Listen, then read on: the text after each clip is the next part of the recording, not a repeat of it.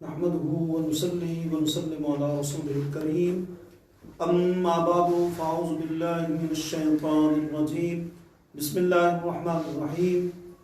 دنیا بھر میں ہمارے چینل کو دیکھنے سننے اور اصلاح کے طالب حضرات، آج کا ہمارا موضوع بہت اہم موضوع ہے۔ کچھ لوگ آقا علیہ الصلوۃ والسلام کے فرامین عالیہ پر ضعیف کا فتویٰ لگا کر ان پر عمل کے بجائے قوم کو ان سے دور کرتے ہیں۔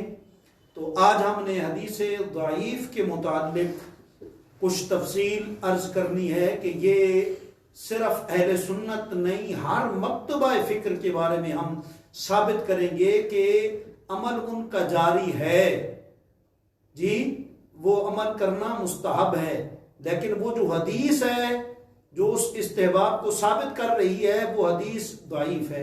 تو پہلے ہم حدیث ضعیف کا مطلب بیان کر لیں اور اس کے متعلقہ چیزیں بیان کر لیں تاکہ جو ہے بدعقیدہ کے جو شک و شبہات ہیں یہ باتیں سن کر آپ کے ذہن سے ان کا ازالہ ہو جائے، وہ دور ہو جائے۔ ضعیف، ضعف یضعف، فعل یفعل کے باب سے ضعیف صفت مشبہ کا صیغہ ہے اور اس کا معنی ہوتا ہے کمزوری۔ کمزوری دو طرح کی ہے، ایک جسمانی ہے اور ایک مانوی ہے۔ اللہ رب العزت نے قرآن میں فرمایا خلق الانسان ضعیفا، انسان کمزور پیدا کیا گیا۔ اور ایک روایت میں حضور نے فرمایا کہ ابن ماجہ کی روایت ہے کبھی انسان بہتر ہے ضعیف سے۔ تو یہاں کمزوری سے مراد ایک جسمانی کمزوری ہے، اور دوسرا جو ضعیف کا معنی ہوتا ہے کمزوری سے مراد مانوی کمزوری ہوتی ہے، اور وہی یہاں مراد ہے۔ صاحب مقدمہ ابن صلاح علامہ عثمان شاکر وہ فرماتے ہیں کہ حدیث کل ضعیف لم یجتمع کل حدیث لم یجتفی فی صفات الحدیث الصحیح ولا صفات الاصل ولا صفات الحدیث الحسن فهو ضعیف۔ آپ فرماتے ہیں حدیث ضعیف اس کو کہا جاتا ہے جس میں حدیث صحیح کی اور حدیث جو حسن ہے اس کی شرطیں نہ پائی جائے۔ مطلب ہے کہ اس کی جو شرطیں ہیں کہ سند متصل ہو، بیچ میں استاد شاگرد کے درمیان فاصلہ نہ ہو، جی اسی طریقے سے اس کے جو راوی ہیں وہ مطلب ہے کہ مضبوط ہوں، اسی طریقے سے کوئی اس کے اندر علت قادحہ شاذہ وہ نہ پائی گئی ہو وغیرہ۔ یہ جو ہے حدیث ضعیف کی شرائط ہیں، مطلب ہے جو حدیث حسن صحیح ان کی شرائط ہیں۔ تو جس حدیث میں یہ نہیں پائی جائیں گی وہ حدیث ضعیف ہوگی، لیکن ہر ضعیف ایسا نہیں ہوگا کہ وہ قابل اعتبار نہ ہو، بلکہ وہ حدیث قابل اعتبار نہیں ہوگی جس کا ضعف بہت زیادہ سخت ہو، یہاں تک کہ قرآن سے ٹکرا جائے، جی یا موضوع بن جائے۔ مطلق حدیث نہیں، ضعیف۔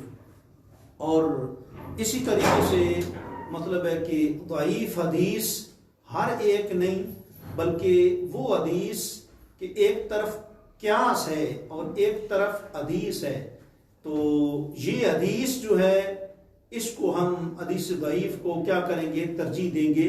یہ ہماری اور آپ کی بات نہیں ہے، بلکہ علامہ امام احمد بن حنبل فرماتے ہیں کہ حدیث جو ہے ضعیف، جی احب الی من رأی الرجال، فرمایا حدیث ضعیف پر جو ہے وہ عمل کرنا قیاس سے بہتر ہے۔ کیوں؟ اس لیے کہ قیاس پر تو تب عمل کیا جاتا ہے جب تک کوئی حدیث نہ ملے۔ جب حدیث مل رہی ہے، ضعیف بھی حدیث مقبول کی قسم ہے، تو یہ حدیث مطلب ہے کہ کیا کہتے ہیں کہ مطرود نہیں ہے، مقبول ہے۔ جب تک حدیث ضعیف موجود ہے ہم اس پر عمل کریں گے، یا اگر حلت اور حرمت کا حلال اور حرام ہونے کا مسئلہ نہیں ہوگا تو اس کے ماں سوا اعمال میں فضائل میں ہم حدیث ضعیف پر جو ہے وہ عمل کریں گے۔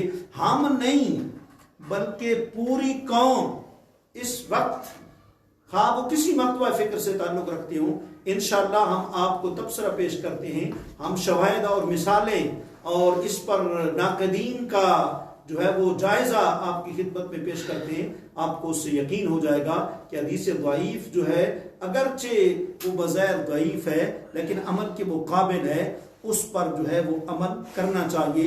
اعلیٰ حضرت امام احمد رضا خان فاضل بریلوی علیہ رحمہ، آپ فنا فی الرسول ہیں، آپ جب طواف کعبہ کر رہے تھے آپ کو شدید بخار تھا، لوگوں نے کہا بہت شدید بخار ہے، شدید بخار میں طواف نہ کریں، تھوڑے بہتر ہو جائیں گے۔ پھر آپ بارش لگی ہوئی تھی، طواف کعبہ میں مشغول ہو گئے، اور امام اہل سنت مجدد دین و ملت المدارش کے رسالہ فنا فی الرسول امام احمد رضا خان فاضل بریلوی علیہ رحمہ نے اس بارش کے اندر طواف کعبہ شروع کر دیا اور آپ کا بخار ٹھیک ہو گیا۔ آپ نے فرمایا حدیث اگرچہ ضعیف ہے لیکن بندہ کا، فقیر کا جو یقین ہے وہ کامل ہے، تو اللہ نے شفا عطا فرما دی ہے۔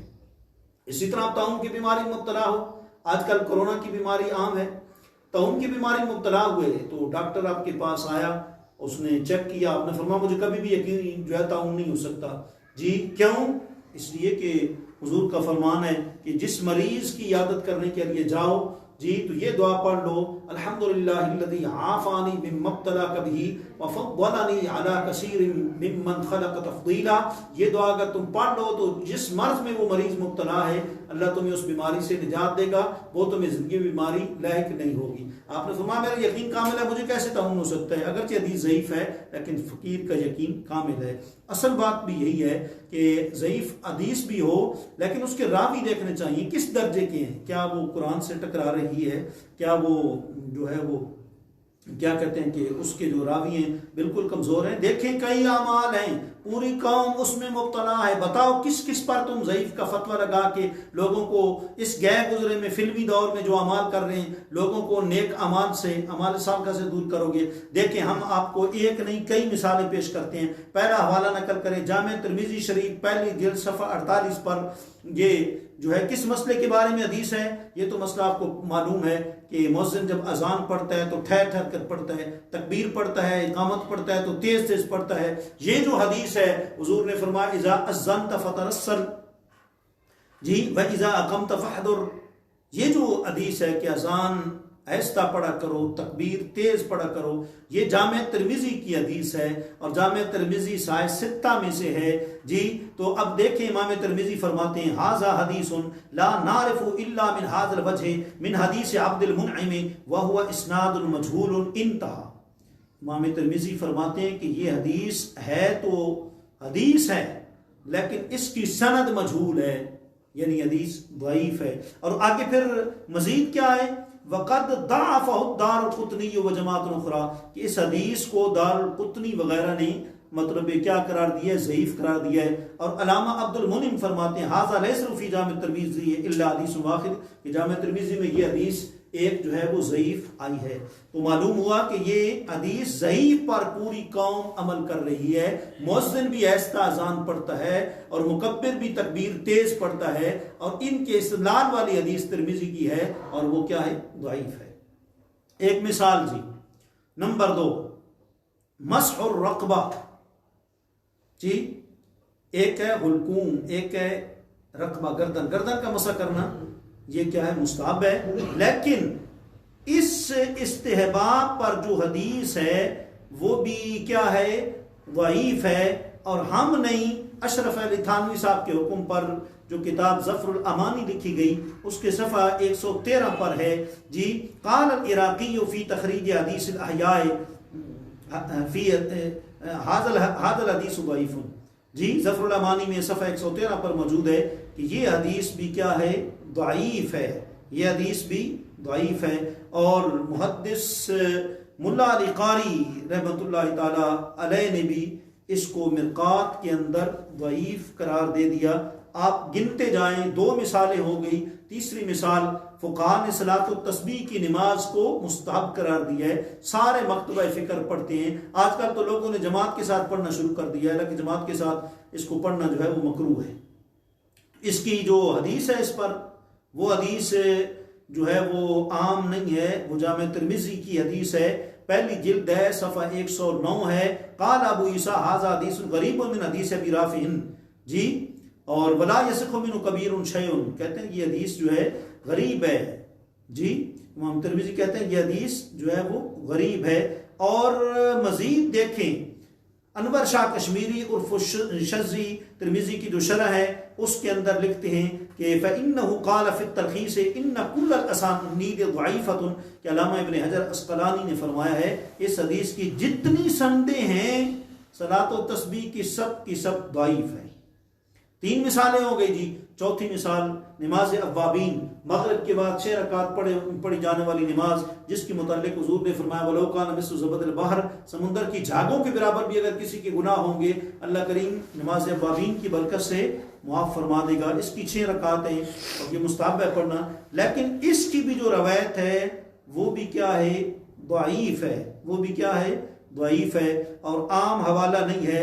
عمر بن ابی خیثم، جامع ترمذی کی دوسری جلد 98 پر ہے، عمر بن ابی خصم کہتے ہیں سمعت محمد بن اسماعیل یقول عمر بن عبداللہ بن ابی خصم منکر الحدیث وضعفہ جدا، کہتے ہیں عمر بن ابی خصم کہ میں نے امام بخاری یعنی محمد بن اسماعیل سے سنا، وہ کہہ رہے تھے عمر بن عبداللہ بن ابو حصم نے کہا کہ یہ حدیث منکر ہے اور بہت زیادہ ضعیف ہے۔ ٹھیک ہو گیا جی۔ اور ملا علی قاری تو فرماتے ہیں وہ ضعیف باجماع اہل الحدیث انہم اجمعوا علی جواز العمل بالحدیث الضعیف فی فضائل الاعمال، مرقات 3 جلد صفحہ 114۔ محدث ملا علی قاری فرماتے ہیں اہل حدیث کا اس پر اجماع ہے کہ یہ ضعیف ہے۔ اہل حدیث سے مراد محدثین ہیں، یہ آج کل نہیں جن کو گرمیوں سردیوں کے استنجے کا فرق نہیں پتہ، اس سے مراد محدثین ہیں۔ جہاں بھی یہ اصلاح آئی ہے یہ غیر مقلدین کے لیے نہیں آئی ہے، محدثین کے لیے آئی ہے۔ ملا علی قاری کہا کہ اس پر جائز، اس پر تمام علماء کا اتفاق ہے، فضائل اعمال میں حدیث ضعیف پر عمل کرنا کیا ہے؟ جائز ہے۔ 6ٹھی مثال دیکھیں جی، میت کو دفنانے کے بعد تلقین کرنا، اس کو علماء شوافع نے، علماء حنابلہ نے ضعیف کہا ہے، حالانکہ یہ جو حدیث ہے اس کے بارے میں وہ کیا ہے؟ وہ ضعیف ہے، وہ حدیث ضعیف ہے۔ کیا کہتے ہیں کہ ابن صلاح کہتے ہیں تبع النووی نظرا الی ان الحدیث الضعیف یتسامح به فی فضائل الاعمال، کہتے ہیں کہ یہ ضعیف ہے جی۔ اور ویروی فی حدیث ضعیف ذکر الطبرانی فی معجمہ من حدیث ابی امامہ، کہتے ہیں یہ حدیث بھی ضعیف ہے، امام طبرانی نے اس کو اپنے معجم میں ذکر کیا۔ 7ویں مثال عید الفطر اور عید الاضحیٰ دونوں راتوں میں عبادت کرنا مستحب ہے، بلکہ حضور نے فرمایا دل اس کا اس وقت بھی زندہ رہے گا جو ان راتوں میں عبادت کرتا رہے گا۔ لیکن اس کے متعلق آپ حدیث دیکھیں، المجموع کی 5ویں جلد صفحہ 47 پر ہے اسانید الجمیع ضعیفۃ، اس کی ساری کی ساری سندیں ضعیف ہیں جی، ساری کی ساری سندیں ضعیف ہیں۔ نمبر 9، بعض مکروہ